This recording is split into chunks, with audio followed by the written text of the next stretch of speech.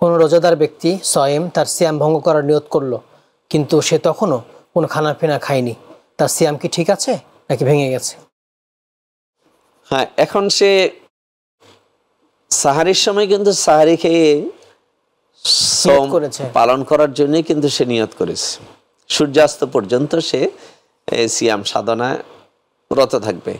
এখন হয়তো কোনো কষ্টকর কঠিন কোনো পরিস্থিতির কারণে সে মনে মনে ডিসিশন নিল যে না, রোজাটা ভেঙে ফেলবো, পরিস্থিতিতে আর পারতেছে না, কিন্তু তারপরেও সে সর্বশেষ চেষ্টা করলো যে কন্টিনিউ করা যায় কিনা, এবং কন্টিনিউ করা যায় কিনা ভাবতে সে রোজাটা কমপ্লিটই করে ফেললো।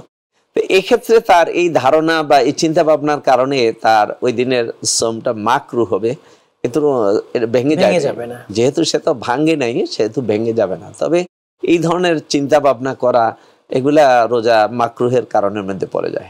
জাযাকুমুল্লাহ খাইর।